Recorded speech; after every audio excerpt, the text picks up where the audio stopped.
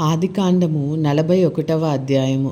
2 ఏండ్లు గడిచిన తర్వాత ఫరో ఒక కల కనెను. అందులో అతడు ఏటి దగ్గర నిలిచి ఉండగా చూపునకు అందమైనవియు బలిసినవు అయిన 7 ఆవులు ఏటిలో నుండి పైకి వచ్చుచు జమ్ములో మేయుచుండెను. వాటి తరువాత చూపునకు వికారమై చిక్కిపోయిన మరి 7 ఆవులు ఏటిలో నుండి పైకి వచ్చుచు ఏటి ఒడ్డున ఆ ఆవుల దగ్గర నిలుచుండెను. అప్పుడు చూపునకు వికారమై చిక్కిపోయిన ఆ ఆవులు చూపునకు అందమై బలిసిన ఆవులను తినివేయుచుండెను. అంతలో ఫరో మేలుకొనెను. అతడు నిద్రించి రెండవసారు కలకనెను.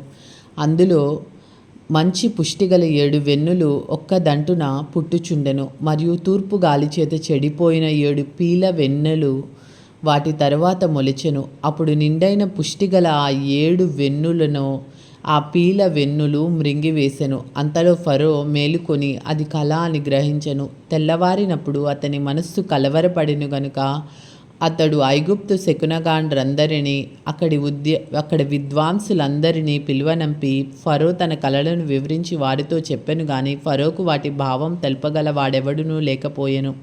అప్పుడు పానదాయకుల అధిపతి, నేడు నా తప్పిదములను జ్ఞాపకం చేసుకొనుచున్నాను.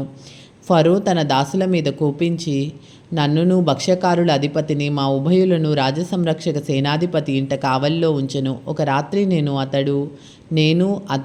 మేమిద్దరము కలలు కంటిమి. ఒక్కొక్కడు వేరువేరు భావములు గల కలలు చెరి ఒకటి కంటిమి. అక్కడ రాజసంరక్షక సేనాధిపతికి దాసుడై ఉండిన ఒక హెబ్రీ పడుచువాడు మాతో కూడా ఉండెను. అతనితో మా కలలను మేము వివరించి చెప్పినప్పుడు అతడు వాటి భావమును మాకు తెలిపెను. ఒక్కొక్కని కల చొప్పున దాని భావము తెలిపెను. అతడు మాకు ఏ భావము తెలిపెనో ఆయా భావముల చెప్పున జరిగెను. నా ఉద్యోగము నాకు మరలా ఇప్పించి భక్ష్యకారుని వ్రేలాడదీయించనని ఫరోతో చెప్పగా ఫరో యోసేపును పిలువనంపెను. కాబట్టి చెరసాలలో నుండి అతన్ని త్వరగా రప్పించిరి. అతడు క్షౌరము చేయించుకొని మంచి బట్టలు కట్టుకొని ఫరో యొద్దకు వచ్చెను. ఫరో యోసేపుతో, నేనొక కల కంటిని, దాని భావమును తెలపగల వారెవ్వరునూ లేరు.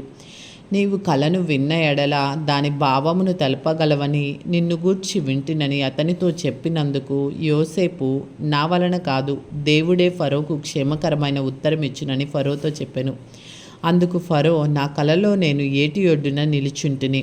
బలిసినవియు చూపున కందమైనవి అయిన 7 ఆవులు ఏటిలో నుండి పైకి వచ్చి జమ్ములో మేయుచుండెను. మరియు నీరసమై బహువికార రూపము కలిగి చిక్కిపోయిన మరి 7 ఆవులు వాటి తర్వాత పైకి వచ్చెను. వీటి అంత వికారమైనవి ఐగుప్తు దేశమందు ఎక్కడునూ నాకు కనబడలేదు. చిక్కిపోయి వికారముగానున్న ఆవులు బలసిన మొదటి 7 ఆవులను తినివేసెను. అవి వాటి కడుపులో పడెను గాని అవి కడుపులో పడినట్టు కనబడలేదు. మొదట ఉండినట్లే అవి చూపునకు వికారముగా నుండెను. అంతలో నేను మేలుకొంటిని. మరియు నా కలలో నేను చూడగా పుష్టిగల 7 మంచి వెన్నులు ఒక్కదంటున పుట్టెను. మరియు తూర్పు గాలి చేత చెడిపోయి ఎండిన 7 పీల వెన్నులు వాటి తర్వాత మొలిచెను. ఈ పీల వెన్నులు ఆ మంచి వెన్నులను మృంగివేసెను. ఈ కలను జ్ఞానులకు తెలియచెప్పి తిని గాని దాని భావమును తెలపగల వారెవరునూ లేరని అతనితో చెప్పెను. అందుకు యోసేపు, ఫరో కనిన కల ఒక్కటే, దేవుడు తాను చేయబోచున్నది ఫరోకు తెలియచేసెను. ఆ 7 మంచి ఆవులు 7 సంవత్సరములు, ఆ 7 మంచి వెన్నులను 7 సంవత్సరములు, కల ఒక్కటే. వాటి తర్వాత చిక్కిపోయి వికారమై పైకి వచ్చిన 7 ఆవులను 7 సంవత్సరములు, తూర్పు గాలిచేత చెడిపోయిన 7 పీల వెన్నులు, కరువు గల 7 సంవత్సరములు. నేను ఫరోతో చెప్పు మాట ఇదే, దేవుడు తాను చేయబోచున్నది ఫరోకు చూపించెను. ఇదిగో, ఐగుప్తు దేశమందంతటను బహు సమృద్ధిగా పంట పండు 7 సంవత్సరములు వచ్చుచున్నవి. మరియు కరువు గల 7 సంవత్సరములు వాటి తర్వాత వచ్చును. అప్పుడు ఐగుప్తు దేశమందు ఆ పంట సమృద్ధి యావత్తును మరవబడును. ఆ కరువు దేశమును పాడు చేయును. దాని తర్వాత కలుగు కరువు చేత దేశమందు ఆ పంట సమృద్ధి తెలియబడకపోవును. ఆ కరువు మిక్కిలి భారముగా నుండును. ఈ కార్యము దేవుని వల్ల నిర్ణయింపబడి ఉన్నది.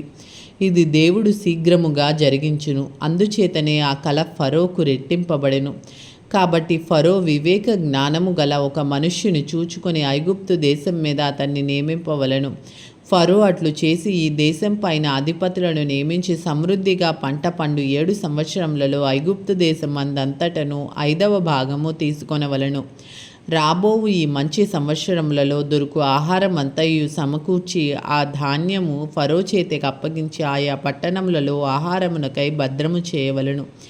కరువు చేత ఈ దేశము నశించిపోకుండా ఆహారము ఐగుప్తు దేశములో రాబోవు కరువు సంవత్సరములు 7 ఈ దేశమందు సంగ్రహముగా నుండునని ఫరోతో చెప్పెను.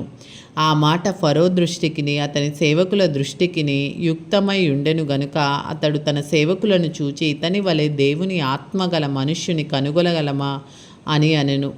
మరియు ఫరో, దేవుడు ఇదంతయు నీకు తెలియపరిచెను గనుక నీ వలె వివేక జ్ఞానములు గల వారెవరునూ లేరు. నీవు నా ఇంటికి అధికారివై ఉండవలను. నా ప్రజలందరూ నీకు విధేయులై ఉందురు. సింహాసన విషయంలో మాత్రమే నేను నీకంటే పైవాడనై ఉందునని యోసేపుతో చెప్పెను.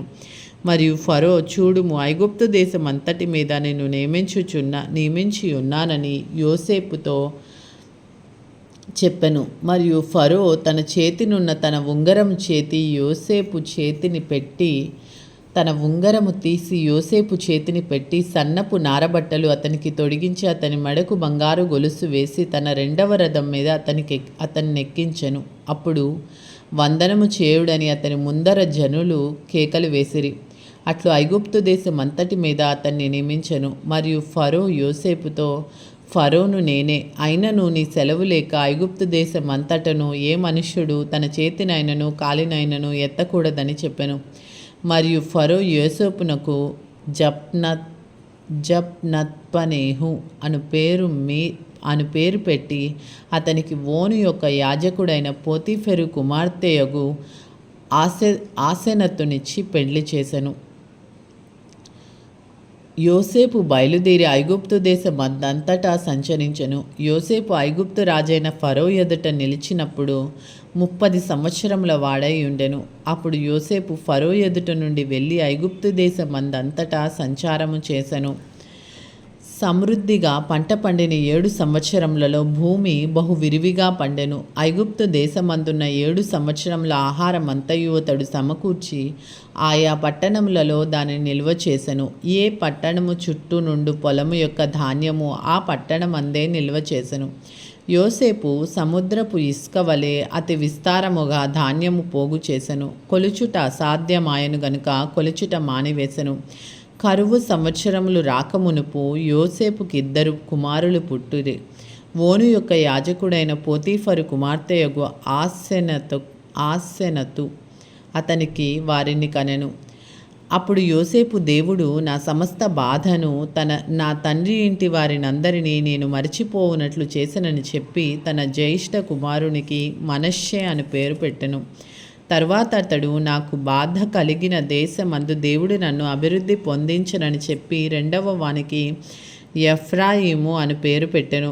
ఐగుప్తు దేశమందు సమృద్ధిగా పంట పండిన సంవత్సరములు గడిచిన తర్వాత యోసేపు చెప్పిన ప్రకారము 7 కరువు సంవత్సరములు ఆరంభమాయను. కానీ ఐగుప్తు దేశమందంతటను ఆహారం ఉండెను. ఐగుప్తు దేశమందంతటను కరువు వచ్చినప్పుడు ఆ దేశస్థులు ఆహారము కోసం ఫరోతో మొరపెట్టుకొనిరి. అప్పుడు ఫరో, మీరు యోసేపు వద్దకు వెళ్ళి అతను మీతో చెప్పినట్లు చేయుడని ఐగుప్తీయులందరితో చెప్పెను. కరువు ఆ దేశం అందంతటను ఉండెను గనుక యోసేపు కొట్లన్నీ విప్పించి ఐగుప్తీయులకు ధాన్యమమ్మకము చేసెను. ఐగుప్తు దేశమందు ఆ కరువు భారముగా ఉండెను. మరియు ఆ కరువు ప్రతి దేశమందు భారమైనందున సమస్త దేశస్థులు యోసేపు నొద్ద ధాన్యము కొనుటకు ఐగుప్తునకు వచ్చిరి. ఇది ఏలిన వారి వాక్కు. సర్వేశ్వరునికి వందనములు. హల్లెలూయా.